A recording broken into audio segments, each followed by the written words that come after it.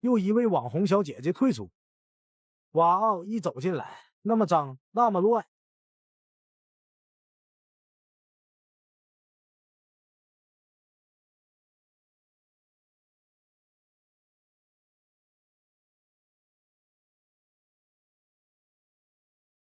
ゴミ捨てたやろ。持って帰れ。お前も捨てたやろ。お前持って帰るっちゃう。捨てた。ゴミ捨てただろうが。捨てろよ。持って。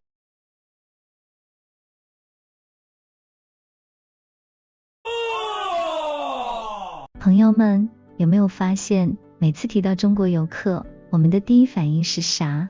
是觉得我们好像在某些场合总是成了别人眼中的反面教材。尤其是最近看到日本新闻报道，中国游客在餐厅抢食，在民宿弄成垃圾场，我简直小无脸。说实话，这种行为真的让人无语。原本作为世界上人口最多的国家，我们本应成为旅游业的标杆，但如今似乎在很多国家眼中，中国游客的标签已经变成了粗鲁、没素质。特别是那些去到日本、韩国等地方轻易就能引起各种争议的游客，他们的行为简直让人不敢相信。抢食、乱丢垃圾、没规则，真的是给我们丢了大人。而偏偏这些典型的游客就是中国大陆的游客，而对比台湾游客在国外的举止，那简直是天差地别。那么问题来了，到底是什么原因让这些中国游客在国外总是屡屡出问题，而台湾游客又为何总是那么有素质、行事得体呢？背后究竟有怎样的文化差异和社会现象？今天让我们一起来扒一扒，看看大陆游客与台湾游客在国外的表现到底有多大差距，让我直呼台湾人真的太优秀。首先说到最近中国游客在日本餐厅抢食自助餐的事，我想大家一定不陌生。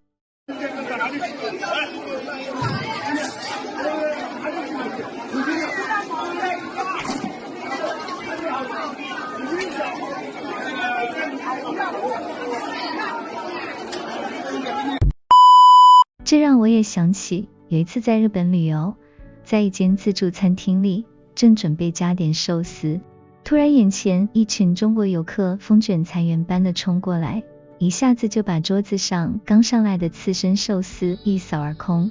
你可能会想，这也没什么吧？谁能想到这些人不光抢食，还把剩菜丢在了地上，根本不顾及周围食客的感受。有一位在场的日本顾客分享说，他们就像野蛮人一样，谁都挡不住。说实话，这种行为真的是让人无法忍受。大家在日本待得久了知道，食物的分量往往有限，很多餐厅都会设置按次收费，某些餐厅的菜量有时甚至不会很大。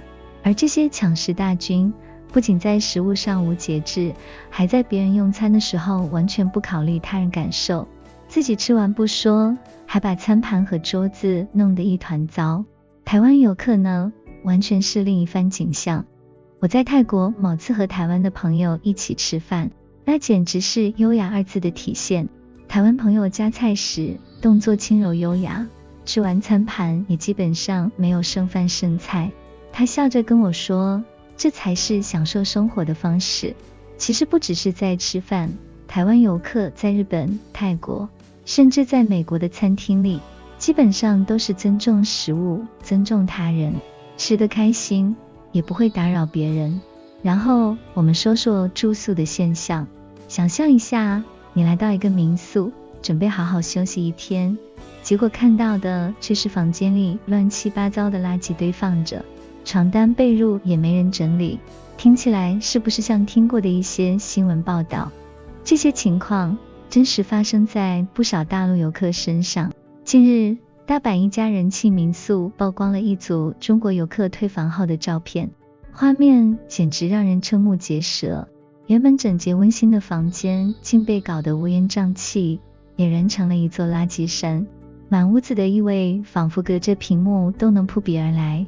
先看看餐桌，开封的牛奶盒、饮料瓶散落一地，吃剩的便当泡面残渣堆成小山，用过的纸巾、食品包装纸、一次性筷子胡乱堆放，桌面上更是水迹斑斑，简直不忍直视。再看旁边的厨房操作台，同样是一片狼藉，吃了一半的食物，喝剩的颜料，就这么大大咧咧的扔在那里，仿佛专门招待苍蝇蚊虫的自助餐台。沙发区也没好到哪里去，用过的毛巾、纸巾、棉签、各种包装袋随意抛洒，完全看不出原本的模样。就连喝茶的小茶几也被改造成垃圾桶，桌子下面塞满了乱七八糟的废品。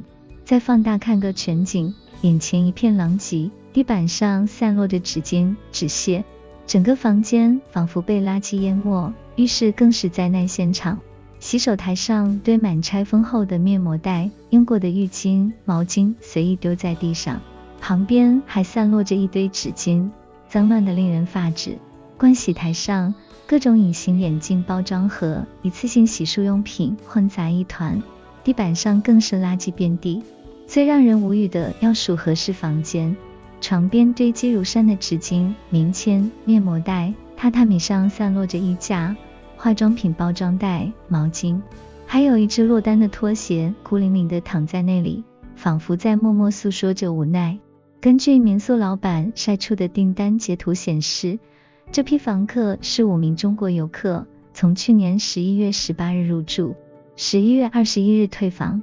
短短3天2夜，他们就把这间原本古朴典雅的日式民宿搞得满屋垃圾，臭味四溢。这样的素质实在让人无语，也难怪这一事件在日本网上引发了超过300万人的激烈讨论和吐槽。为什么要弄得这么脏？难道是故意的吗？不少日本网友建议民宿老板要追加清洁费，既然能脏到这种程度，如果就不收取10倍费用，那就划不来了。房间脏的话，追加清洁费就可以了，每地增加2000美元左右，就算是文化差异，但这样做实在是太过分了。欢迎你来日本游玩，但请你遵守日本的规则。而反观台湾游客的举动，真的是让我对比差距有了更加深刻的理解。我和台湾朋友在某次去日本旅游时，住进了一家民宿，退房时发现他屋里一尘不染，地面光亮如新，床上还铺着整洁的床单。他笑着告诉民宿老板，我们从小就学会了整理东西，而且他说在他的家庭教育里，父母总会教导他，不管到哪里都要尊重他人的劳动成果，包括住在民宿里也要保持房间整洁。你以为大陆游客只在国外旅游的时候才这样吗？那你就太天真了。说到不文明行为，不光在国外如此，大陆人在国内的表现也绝对可以刷新你的三观。比如出租屋的房客搬家时往往留下满地垃圾，很多网友吐槽说，不少漂亮的网红小仙女在搬家时不仅不打扫卫生，还把垃圾留得一地，真的是外表光鲜，内里败絮。这些所谓的网红把漂亮当成了唯一的标签，却忽视了做人的基本素养。你能想象一个看似优雅的女孩搬家时把屋子搞得一团糟，然后拍拍屁股走人吗？这种行为不仅仅是对自己的不负责，更是对社会的极大不尊重。而台湾游客完全不会出现这样的情况，他们的责任心和素质教育真的是每个人都该学习的榜样。台湾游客的高素质，不夸张地说，他们简直就是模范生。让我再来分享几个亲身经历。有一次，一位台湾游客跟我分享他去东京旅行时的经历。他提到，在餐厅里，服务员和其他食客都保持着安静的氛围。他主动对我说，我们在外面用餐要注意文明，不仅是对别人好，也是对自己的一种修养。这句话让我反思，台湾游客的礼仪教育确实值得我们大陆游客深刻学习。住宿方面，台湾游客的细心与责任感更是值得称赞。在一次美国旅游中，我和台湾朋友住进同一酒店，他的房间整洁如5星级，入住时一丝不苟，离开时不仅把行李整理得整整齐齐，还会在房间里留下一张感谢卡，感谢酒店工作人员的辛勤工作。有台湾游客表示，我们在国外住的地方不仅是住宿，更是对外文化的展示。相比之下，很多大陆游客可能并不重视住处卫生，甚至有些人退房时完全不考虑留下房间的整洁。台湾游客在国外旅行时展现出的高素质，不仅仅体现在礼仪上，还包括对当地文化的理解和尊重。在日本，台湾游客几乎从不随便喧哗，也从不触犯当地的禁忌。日本导游就特别提到，台湾游客是他最喜欢带的团队之一。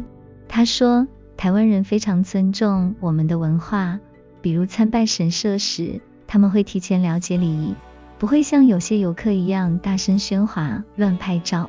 他们总是安静地排队参拜，并且会按照规矩洗手、鞠躬，完全融入我们的文化氛围中。与此相对，他提到一些大陆游客的行为，有些中国游客参拜时大声嚷嚷、插队，还会在神社门口摆各种奇怪的姿势拍照，甚至有人跳上石灯笼拍抖音，完全不顾及这里是个神圣的地方。外国人对台湾游客的高度评价也让我们不得不反思。